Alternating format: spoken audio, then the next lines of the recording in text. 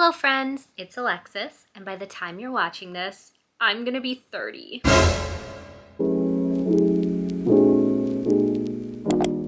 It is currently April 19th, the day before my 30th birthday. And if all goes to plan, you will be watching this on Monday the 21st or later. So yes, at this point, I'm officially old. I'm officially 30. I'm mostly joking. I'm honestly fine with getting older. I like to look at it more as a privilege that I get to be older that a lot of people don't get to experience. I always thought of 30 as a scary number because I feel like it's the year you're finally an adult, but it's here now and I'm still me and I'm honestly looking forward to it. My 20s, well, there were a lot of good things about them. They were kind of rough and now my life is completely different and I sort of feel like I have it together now. So I'm honestly really excited to see what 30 is going to bring for me. So in a roundabout way, that kind of brings us to today's video. Obviously by the title you know that I am going to be reading books that other people say you should read by the time you're 30. Honestly, I'm the kind of person that loves these sort of like book lists that come out, like the New York Times best 100 books of the last century. I was eating up those videos people were making reading those books. I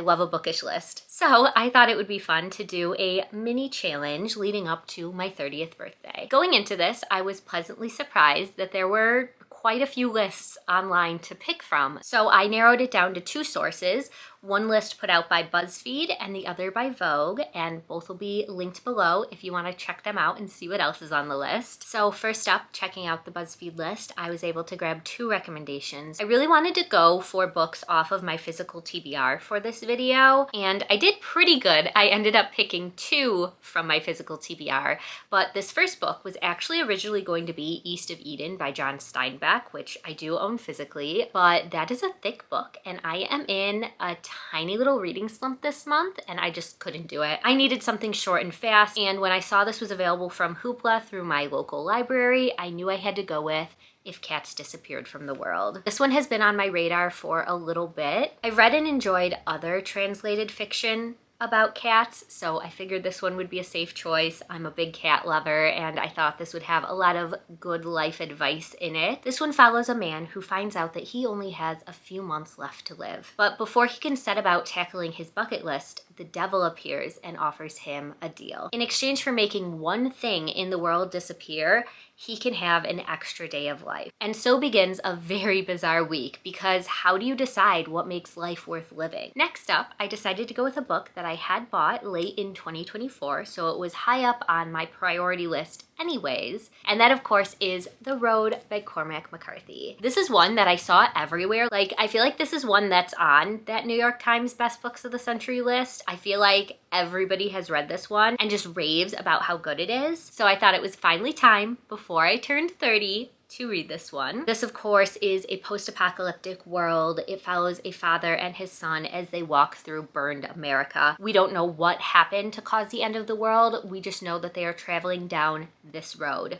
trying to find safety. An unflinching meditation on the worst and the best that we are capable of, ultimate destructiveness, desperate tenacity, and the tenderness that keeps two people alive in the face of total devastation. And for our last book, I hopped over to the Vogue list because I knew I wanted to get a book by Joan Didion on this list, and more specifically this one because it is one that I bought this year and wanted to prioritize. So that is The Year of Magical Thinking by Joan Didion. This is my first book I've ever read by this author. I've heard incredible things. So again, I thought if the internet is telling me this is a book worth reading before you turn 30, I'm gonna do it. This one is a nonfiction memoir about a year in Didion's life where just horrible, tragic things happen and her ability to overcome them. In this, Didion explores an intensely personal yet universal experience, a portrait of a marriage and a life in good times and bad that will speak to anyone who has ever loved a husband or wife or child. So going into this, I just expected a lot of good life advice about loving each other and getting over grief and all that stuff. So for now, I'm gonna send you back in time to when I first started these books, and at the end I will see you back here so we can do some reflection and decide, are these books truly that important that somebody reads them before turning 30? Just made it to the 50% mark of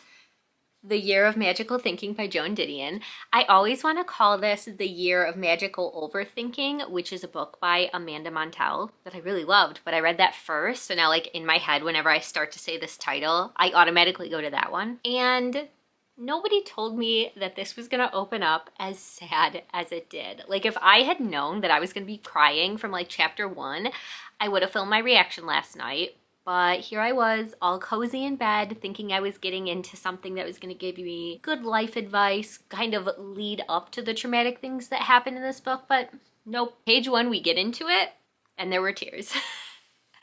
So this is nonfiction, and it's a memoir by Joan Didion, specifically written during this year of her life where basically everything went wrong. So we open up in 2004, and Joan is talking about how life changes very fast and how we as human beings always tend to look back at big life events and remember just how normal the day seemed until it wasn't. And that's exactly what happened to her in December of 2023 when her husband dies. And she goes into full detail their day that they had just gotten home from visiting their daughter in the intensive care unit at the hospital, where she is in a coma after having complications with the flu that basically turned into sepsis. And so they get home, they're getting ready for dinner that night, and her husband John just drops dead at the table. She says that this is my attempt to make sense of the period that follows, weeks and then months that cut loose any fixed idea I had ever had about death, about illness, about probability and luck, about good fortune and bad, about marriage and children and memory, about grief, about the ways in which people do and do not deal with the fact that life ends, about the shallowness of sanity, about life itself. So far,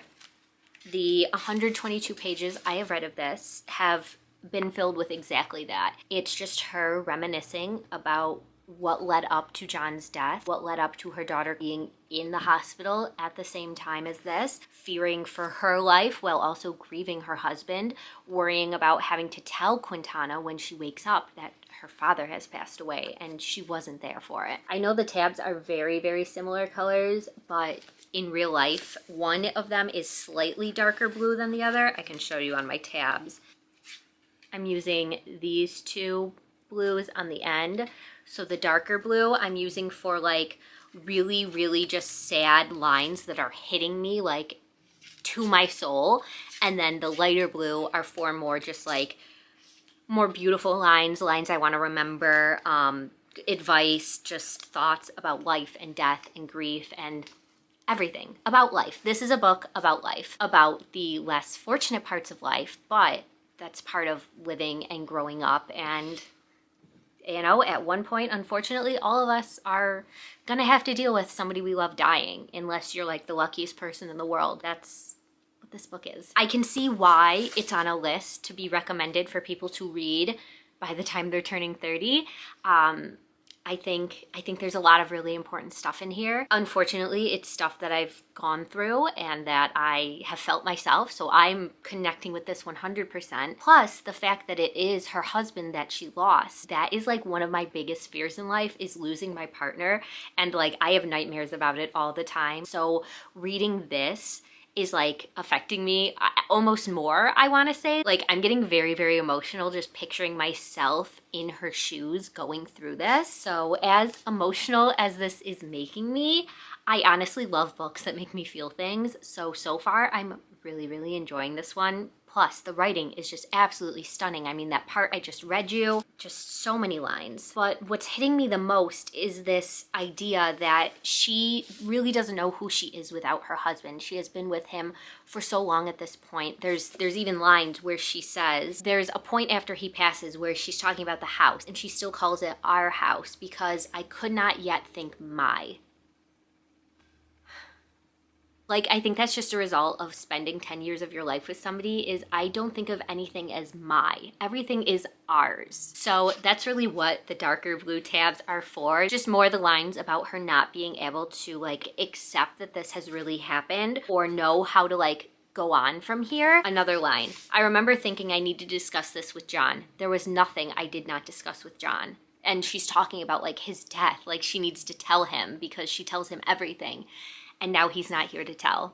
Like, I'm tearing up just like reading these lines. So I'm gonna stop. So the other thing is, at this point of the book, we've kind of gotten the meaning behind the title, that she basically spent this year after her husband's passing sort of in this fog, this state of magical thinking, where she couldn't like subconsciously accept that he was gone. Like, she knew he was, but there's a point where she says like she couldn't get rid of his shoes because he needs those. And it's like, you know, as a rational person that no, he doesn't, he's gone, but like you can't accept that. And I've been there. Really, really beautifully written so far, and I'm excited to get back to it. But yeah, I definitely wanted to check in before reading any more because this is such a short book. I flew through this first half very quickly, so I'm expecting to do the same with the second half. So I'm gonna get comfy on the couch and get back to reading now.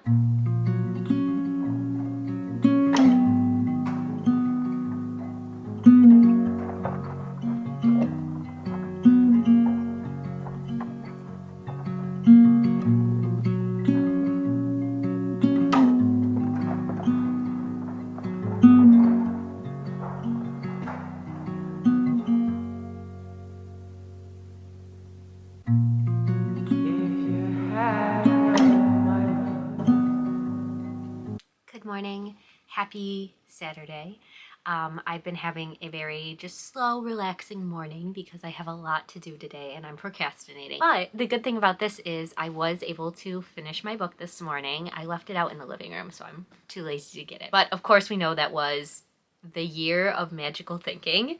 And I really enjoyed it. I think I'm gonna go with 5 stars for this one. I don't usually rate nonfiction and memoirs because, you know, it feels weird to rate somebody's life story and life experiences. So that 5-star rating is not about the content itself, it's about her writing skills, how beautiful the sentences were, the metaphors, like the ability to touch my soul and just like perfectly describe the human experience of grief and loss and how much of a struggle life can be sometimes. So I feel like that's, you know, what the point of this one was. It was just about being able to relate to something that everybody is going to experience at least once in their life, probably more than that, and knowing that you're not alone and that other people have had these thoughts and feelings. You know, Joan really went into it that your thought process is just completely altered after an event like this happened. And then, of course, on top of grieving the death of her husband, we are dealing with her daughter's illness through basically the second half of the book. Think the daughter has gotten better and you find out she hasn't, and that's just more that Joan went through during this year. And sometimes that's just how life feels, that you can't catch a break, that everything bad is happening at once. And I really do think for that reason this is an important one, and I think generally everybody could find value in this story. It's very relatable. It had incredibly beautiful lines throughout the entire thing, and I definitely want to pick up more by Didion now. My only criticism is I don't know why 30 is the age that we should start thinking about like our partner dying and stuff. Like, you know, hopefully that would be many, many years out still. So yeah, I'm not too sure if 30 is the best age for this one, but I do think this is a good one that, you know, everybody could read and find value in. I just don't know if I would assign it to a specific age the way this listed. But those are my thoughts on it. Now, unfortunately, I do have to get up. I have a little bit of a busy day. I have some errands to run. I have to go to my aunt's house to help her with some stuff. So I'm hoping to be able to start the next book of this vlog. I just have to check if the audiobook's available.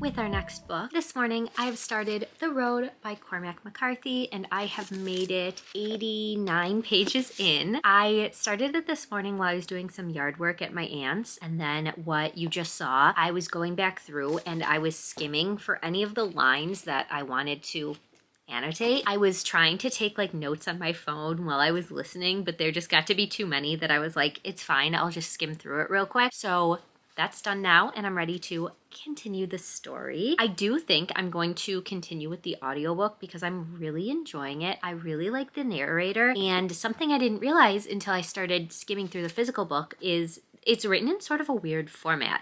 There are no quotation marks when people are speaking, like dialogue and stuff, which I know like isn't that uncommon. Other authors do it, but for me, I can't stand it. Whenever I have a book like that, I choose the audiobook to make it easier for me to understand when people are speaking. Just in my experience, I do that with Sally Rooney's books. I've tried reading them physically, and I always enjoy them more when I read audibly. So yeah, gonna keep going with the audio. And I think because I'm feeling a little sleepy, I'm gonna color while I listen to the audiobook, try and keep myself awake. But before I do all that, I wanted to give you my initial thoughts. So I actually went into this one almost completely blind. Up until the beginning of this year, I didn't even know what this was about. I thought this was like maybe like historical fiction, literary fiction, something like that. This book is actually about the apocalypse. So as soon as I heard that, I became way more interested in it because just, I don't know, I'm really enjoying books about this subject lately. So far that's exactly the experience I'm having. This is definitely a very slow story. Nothing is really happening besides this man and his son. They're both unnamed. We don't have any character names in this thus far. I think it stays that way the entire book. But they are just traveling down this road through this destroyed landscape. We don't know what happened. We don't know what caused the end of the world. We just know there was a lot of suffering. I'm imagining it had something to do with fire because they're coming across a lot of burned bodies and that kind of stuff. So yeah, I'm hoping we get more details about what actually happened. But so far, this has just really been a survival story and really just this father talking to his son and, I don't know, giving him life advice as much as you can in a situation like this. It says, okay, they walk alone through burned America, so I was right, something to do with a fire. Nothing moves in the ravaged landscape save the ash on the wind. It is cold enough to crack stones, and when the snow falls, it is gray. The sky is dark, their destination is the coast, although they don't know what, if anything, awaits them there. They have nothing, just a pistol to defend themselves against the lawless bands that stalk the road, the clothes they are wearing, a cart of scavenged food, and each other.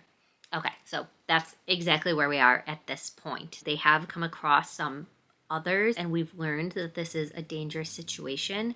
It's just like, it's reminding me a lot of The Walking Dead, actually. Even though there aren't zombies in this, like, the true danger in these kinds of stories is other humans. So, like, yes, in The Walking Dead, the zombies were also dangerous, but, you know, the worst part was when you dealt with other humans. So it's the same for this. The man or the father has already had to defend his son. So far, this has just been very bleak, very depressing, not hopeful outlook. Don't know what it is about turning 30 that everybody is just so depressed, but hopefully our last book is a little more upbeat. Even with that, I am enjoying this though. There was a really tough part where they talked about his wife and the boy's mother and kind of her decision not to continue on in this world. So I'm gonna get back to listening now, and I will talk to you guys in a little bit with my next update.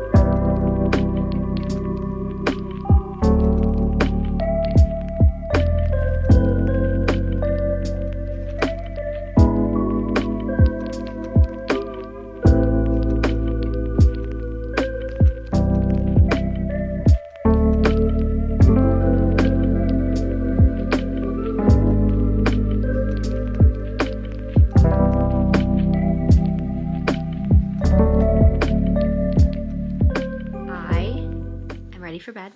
I've been coloring for quite a while. Anyways, I have made it quite a way into the road. I am now 80% of the way through. Still enjoying it. Oh, it's biscuit time, Kit.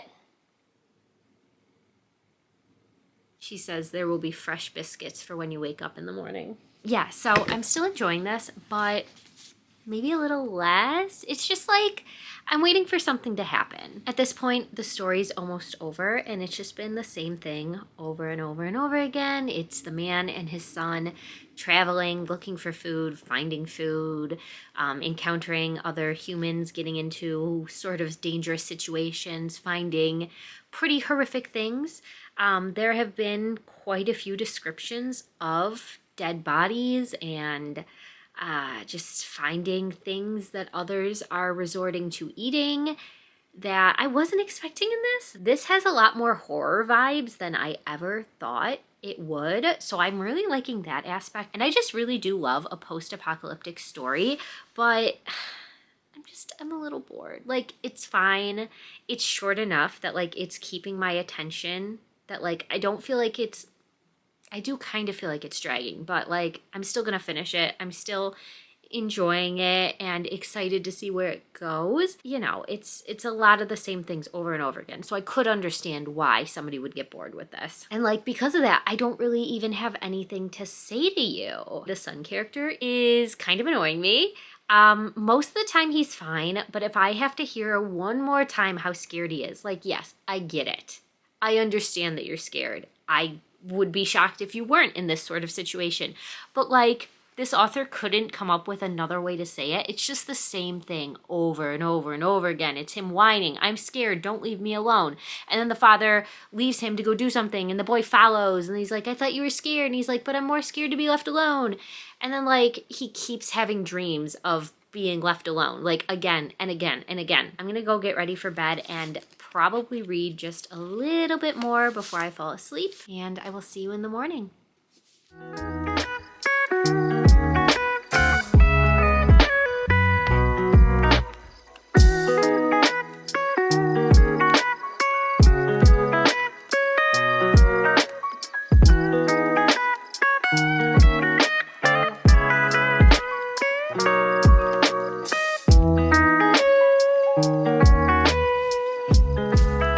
I am just minutes away from finishing this.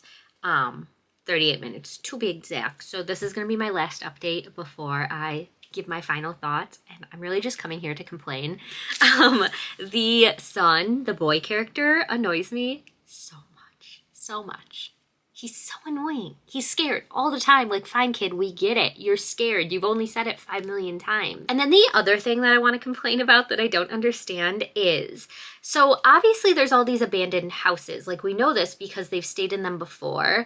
Why in the rainstorm scene do they like just like stay on the beach and like cover themselves with a tarp? You can't just go find a house to stay in. Like, I understand that they have to constantly be moving to find food and stuff, but like, come on, like, I don't know, pick a house, stay in like that bunker that had all that food in it, learn how to grow things. Like, I understand that the like staying in one place and growing things probably isn't like super possible because like the earth is demolished at this point. But like, that's another thing. We don't really even have details of what caused the end of the world. So like, is gardening completely out of the question, or could you maybe start like a little plant? I'm just trying to think of long term. Like, you can't always just be walking around. It's not sustainable.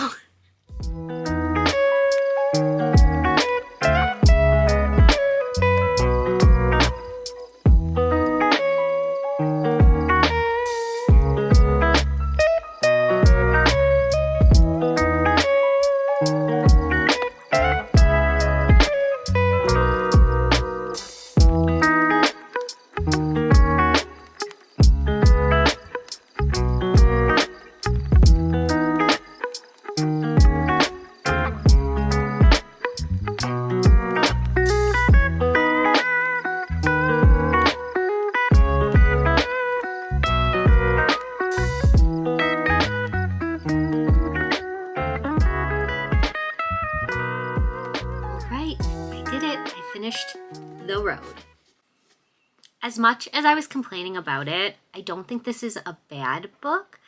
I don't know if it deserves to be on like people's top books of all time. It wasn't that special to me. So here's my thought process. I think for my personal enjoyment, I want to rate this 3.5 stars. That is an above average book. That's a good book in my opinion, but it's definitely not a favorite, and I don't really know if I gained anything from it. So, the point of this video is to reflect. Are these books really beneficial to read as you're turning 30? Are they going to give you life advice and lessons?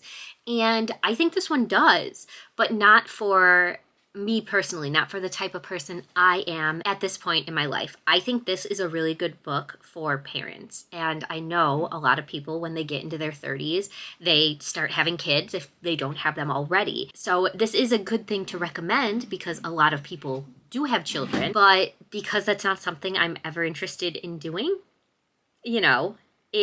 it's not as impactful. So I think like the main takeaway from this book is it's about parenthood. Like, yes, on the surface, it's about surviving the apocalypse, but even more than that, I think the road is like a metaphor for life, just surviving day to day. There's a line that I highlighted that I really, really liked. Basically, the father gets injured and the son asks him, "Are you real brave?" And the dad says, "Just medium." And the son says, "What's the bravest thing you ever did?" And the dad says, "Getting up this morning." And like, that is just so true to so many people. Like, even just getting out of bed in the morning is like the bravest thing they can do, the hardest part of their day. So I think this can be looked at as a metaphor for life, a metaphor for dealing with depression and just continuing to get up and keep moving down the road or throughout your life because you have somebody like your children to live for. And I think even what happens with the mother can kind of be viewed as how to keep moving past your grief in life because you have somebody that you have to take care of and you have to show up for. So yeah, I can definitely see the value in this book, but enjoyment wise, just not a favorite. It was very repetitive. I had the little parts that I told you about that annoyed me, and I was doing so lovingly. Like, I could recognize that there was good stuff happening in this, but also I was making fun of the little bits that were kind of bugging me about it. Beautifully written. Oh my God, so many great lines in here. There's this one part where the father warns the son, like, not to look at something terrible on the road that they come across, like a dead body or something probably. And he says, "Remember, everything that you put in your head stays there forever." And the boy asks, like, "Well, that's not really true, right? Because we forget things." And the father says, "Yes, you forget what you want to remember and you remember what you want to forget." Like, absolutely. That is so true to so many things in life. Like, your trauma is going to stay with you. And as much as you want to remember all the good times, the like bad things are actually what end up sticking in your memory even more. Like, I can see why it ended up on this list. I'm not arguing that. Just as a single woman in her 30s who is not planning on having children, it doesn't hit as hard as it might to a parent. Overall, I'm happy I read it. I'm gonna keep it. It was almost written like poetically. Like, there was so much beautiful description even within this pretty horrific story. Oh, I also forgot. Reason I'm not rating it higher than this is because I am annoyed that we didn't get more information about how the world ended, what was going on, about the sickness that the father had throughout the whole story. Like, I just wanted more. It was almost written very philosophical, that they were talking just about the future and life and like questioning things, but there wasn't really any information about what happened before the present day in this book. So that was another part of the book that bugged me. Hello and good afternoon. Oh, he just rammed his whole butt into my camera. Hello. Oh, what a big yawn. Are you so sleepy? All right, Poe's here for the update. So the update, of course, is that I have started our next book of the video. This morning, while at the coffee shop, I started If Cats Disappeared from the World. It is a short little audiobook. I want to say it's only 6 hours long, which, I mean, is part of the reason I picked it. Not the only reason, though. I have been really, really interested in this book for a while. I just really love that sort of subgenre of translated Japanese fiction that just is all about cats. Like, I'm thinking about, like, The Traveling Cat Chronicles, The Cat Who Saved the Bookstore. So books about cats I'm a big fan of. And then when I saw it on these lists, I knew it was my opportunity to finally get to it, and I'm really enjoying it so far. Because it is so short, I've already made it to 40% of the audiobook, and it's a lot funnier than I was expecting it to be. So let's rewind and talk about what this story is about. We are following a man who in the very beginning of the story is actually diagnosed with terminal cancer. So I know it doesn't sound like a funny story, but the way it is told is just so like infused with humor and comedy that it's not feeling like a sad, heavy story, even though we are literally reading from the point of view of somebody who does not have long to live. So our main character gets home from his doctor's appointment. He's kind of trying to come to terms with this news he just found out, and there is basically a clone of himself waiting inside of his apartment. And we find out that this is the devil and that he has taken on the appearance of somebody familiar to himself, except he's always wearing a Hawaiian shirt. So we get to know the devil, and again, just a very funny character, full of jokes, and we find out that the devil is here to offer him a deal. The devil knows that our main character is actually going to die tomorrow. So he offers our main character a deal that if he gets rid of something, essentially makes something in the world disappear as if it never existed, he can have one extra day to live. And he can do this an unlimited amount of times to continue to keep living one extra day. So it's really, really funny. They go through this whole process of things that they could maybe eliminate. And like, I was like laughing, like this seems like such a serious, sad book, but it's not told that way, because right away our main character is like, well, I want to get rid of dust. And the devil is like, that's not how this works. And the main character's like, okay, how about like that dirt over there? Can I get rid of like the cobwebs on the ceiling? And the devil's like, no, try again. So there are rules to this. Like obviously it has to be something worth a day of life. There have been a few days at this point where he has gotten rid of something and then just lived life, lived his extra day, and really seen the effects of getting rid of something and not having it in your life anymore. And of course, these stories are really predictable. You know, our main character is going to realize that life isn't worth living without certain things, but we haven't gotten there yet. We're just kind of enjoying the story of, oh no, what are we going to get rid of next? How is it going to affect life? How long can we keep doing this to keep prolonging life? That kind of stuff. Already, our main character is just reflecting on his life. He tried to make like a bucket list of things he wanted to do before he died, but they kind of like made fun of it because he put like very generic stuff on there, like stuff that you think somebody might want to do before they die, like skydiving. And then our main character does it and he's like, I didn't actually want to do that. So yeah, I think a big part of the story is just going to be like realizing that not everybody's expectations of what a successful life should be are the same. Like people can have different priorities and different measures of success in life. Like we just don't all have the same wants and dreams and motivations, and I think that's fine and that's beautiful. I'm somebody that measures success by like the relationships I have, not so much like the money I make or my job, that kind of stuff. Like I'm successful because I'm happy, and I think that's what our main character is going to realize. A big thing he does put on his like bucket list is that he wants to fall in love, and we're kind of going through his history, and we get to meet his ex-girlfriend, like the one woman he ever loved, and kind of his regrets at losing her. It's definitely a cute story. It's definitely doing everything I expected it to do. Of course, our narrator does own a cat, and there is this super cute story of how when he was growing up, they found a kitten in an old lettuce box, so they named it Lettuce, and now his current cat was found in an old cabbage box, so her name is Cabbage, and like, so cute. So yeah, Cabbage is our current cat, and there's just lots of mentions of her and how she's been there for every part of his life. This isn't like the most exciting story. I don't really expect like nothing big is going to happen. It's going to be a pretty predictable read, but I think it's going to have some nice messages to take away from it. So definitely a goal of mine to finish it today or tomorrow. I have a little bit of a busy day. I have a video I want to finish editing. I have some yard work to do. And yeah, it's Sunday, so I generally like to just tidy up the house a little bit, get ready for the next week. But those are all really great audiobook listening activities. So okay, I have to show you guys. Poe, don't ruin it. They are holding hands while looking out the window together. Name a better love story. Nobody loves each other as much as Onyx and Kit Kat love each other, and Poe loves to interrupt things. Are you guys enjoying your date? You're so cute.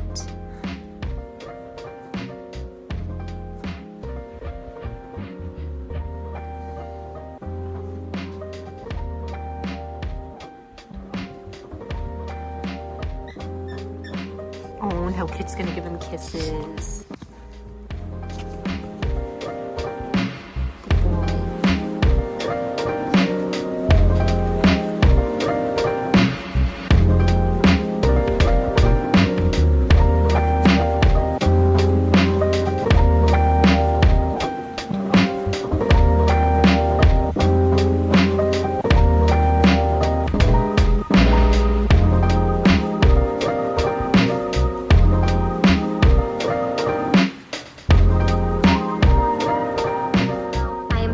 With a quick check-in. I've only read like 11-ish% more of the book. I think I'm at like 51%, but I am heading out to do my errands, so I'll keep listening. But yeah, same thoughts as before. We just had a scene having to do with movies and film, and we meet one of our narrator's friends from college, and that was like a really cute, heartfelt scene of him like finally realizing that it's the relationships you have with others that kind of like make a successful life, like, and especially the way that you touch other people's lives. So liking it a lot, going to keep going, getting nervous for the ending and everything that's to come, but we will see how it goes.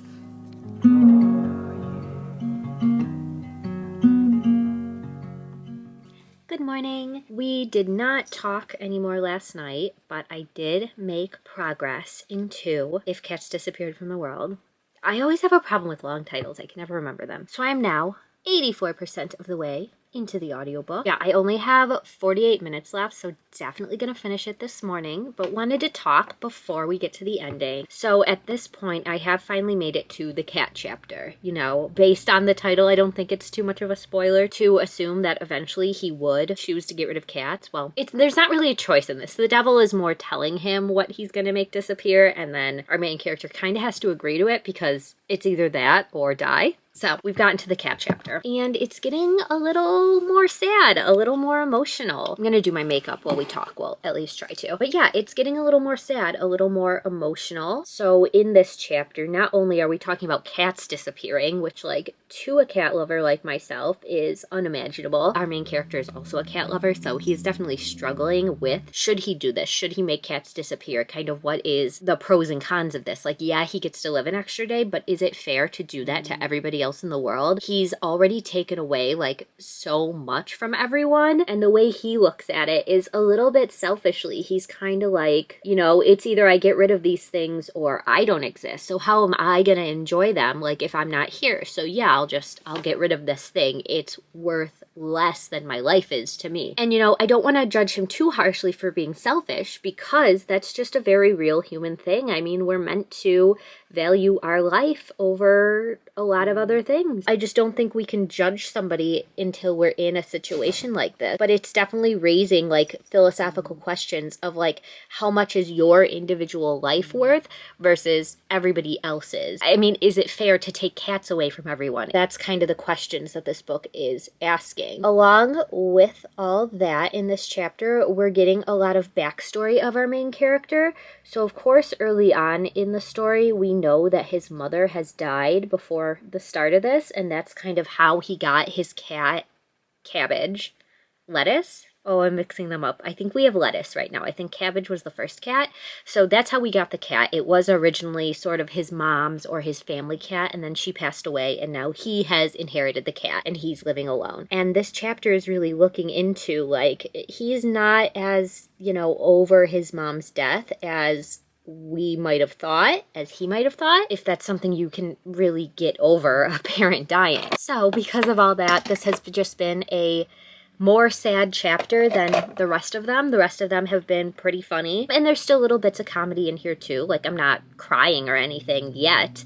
I am a little concerned that we'll get there, but at this point, I'm still enjoying it. It's not like the most mind-blowing book. It's very similar to other books in this sort of genre that I've read before. Everything's kind of predictable, but I'm still really enjoying it. We also got to know a lot more about the cat character in this chapter, so that was really, really cute. But I think that's kind of it, all the updates I have. You know, this is just one of those books where not much is happening. It's kind of more just like a slice of life story. I mean, obviously there's more going on because our guy is literally making deals with the devil. So I'm going to get back to listening now, finish my makeup, and then get back to work. And I'll talk to you guys when I finish.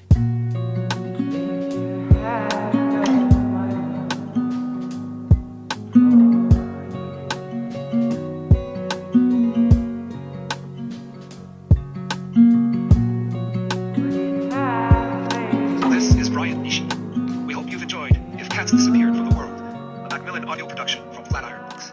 Aw, that one was cute. It had a happier ending than I expected because obviously going in, we know that it's gonna end in death. I liked it. It wasn't anything mind-blowing. It's definitely a story I've read before. I would call it cozy. I don't think it's worthy of 5 stars just because I'm picky. I want something a little bit more for my book, but I think I would give it 4 stars and be happy with it. Yeah, I think it's easy when you are a cat lover to enjoy a book like this, but even if you don't really like cats, you're not a cat person, I think this could be enjoyable to everyone. There's just, you know, a lot of life lessons, and you know, maybe it really is stuff that we all already know, but sometimes you just need a reminder of it, of what to appreciate the little things in life, and that it really is about the way that you touch other people and the impact you leave on them. That's that. I don't know. It's one of those books where it's just kind of simple. I don't have any like big thoughts to go on and on about. It's a good one to read to remind yourself as you're getting older what's truly important and what to prioritize in life. And we're back. I hope you guys enjoyed this one. I know I had a fun time reading all of these books, and although I don't think any of them really changed my life, I still enjoyed this little experiment. I think overall we learned what I already said in the beginning of the video, that while these lists are fun, I don't think they should be the determining factor of you absolutely have to read this list of books before you turn 30 or you're not a real reader, because read whatever you want. I am no way saying that these books are superior to any of the other books on my TBR. I was just looking for some books with a little bit of life advice for this video, and I think we accomplished that. Like I already said, The Year of Magical Thinking. This is one that I recommend to everybody if this sounds like an interesting book to you. If you like reading sort of slice of life memoirs, going through a specific point in your life, reading sad stories about heavy feelings, this is a good one for you. And the same goes for The Road. If you like post-apocalyptic horror stories, you could like this one. If you are a parent raising a child and you want a story about life. And the same goes for If Cats Disappeared. If you are a cat lover, or if you want a story to just remind you about what's truly important and what measures a successful life. So while all of these were good books with impactful messages, I don't think they're books that you absolutely have to read before a certain point in your life or you're missing out, unless they're books you're already interested in reading. But those are just my thoughts. If you've read any of these, please let me know your thoughts in the comments. And I think for our emoji of the video, we have to go with a cat, specifically the black cat, because he matches Cabbage on the cover of If Cats Disappeared, but you go ahead and pick your favorite cat. All cats are welcome here. As always, friends, I hope you read a good book today, and I will see you soon in my next one where I will officially be 30. Bye.